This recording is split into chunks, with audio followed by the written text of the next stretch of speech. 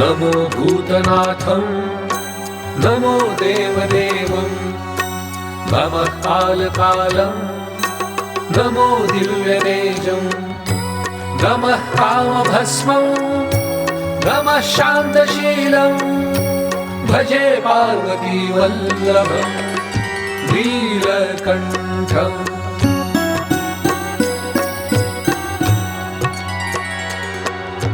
सदा तीर्थसिद्धं सदा भक्तरक्षं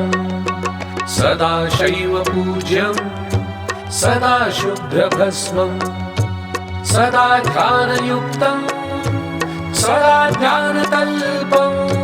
भजे पार्वतीवल्लभं नीलकण्ठम्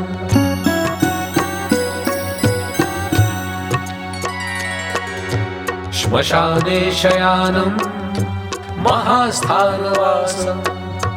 शरीरं गजानां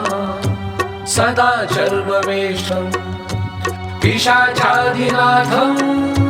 पशूनां प्रतिष्ठं भजे पार्वतीवल्लभं नीलकण्ठम्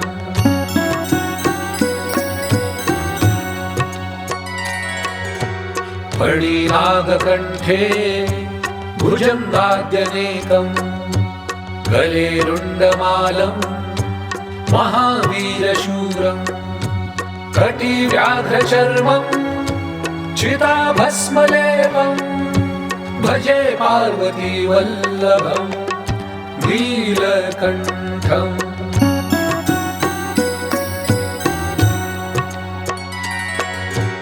शिरः शुद्धगङ्गा शिवा वामभागं वियद्दीर्घकेशं सदा मां त्रिनेत्रं फणिनागकर्णं सदा भालचन्द्रं भजे पार्वतीवल्लभं नीलकण्ठम्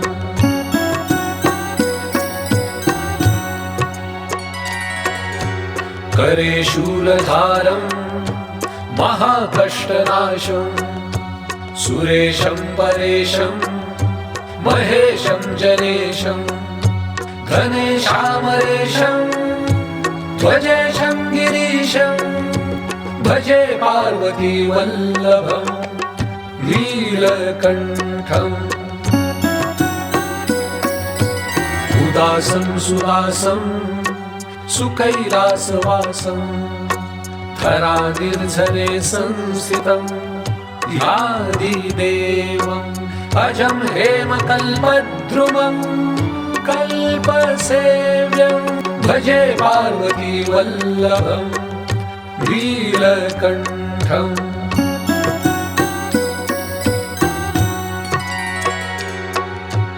मुनीनां वरेण्यं गुणं रूपवर्णं द्विजैः सम्पठन्तं शिवं वेदशास्त्रम् अहो दीनवत्सं कृपालुं शिवं तं भजे पार्वतीवल्लभं नीलकण्ठम् सदा भावनाथं सदा सेव्यमानं सदा भक्तिदेवं सदा पूज्यमानं महातीर्थवासं सदा सेव्यमेकं भजे पार्वतीवल्लभं नीलकण्ठम् इति श्रीमच्छङ्करयोगीन्द्रविरचितं पार्वतीवल्लभाष्टकं नाम नीलकण्ठस्तवः।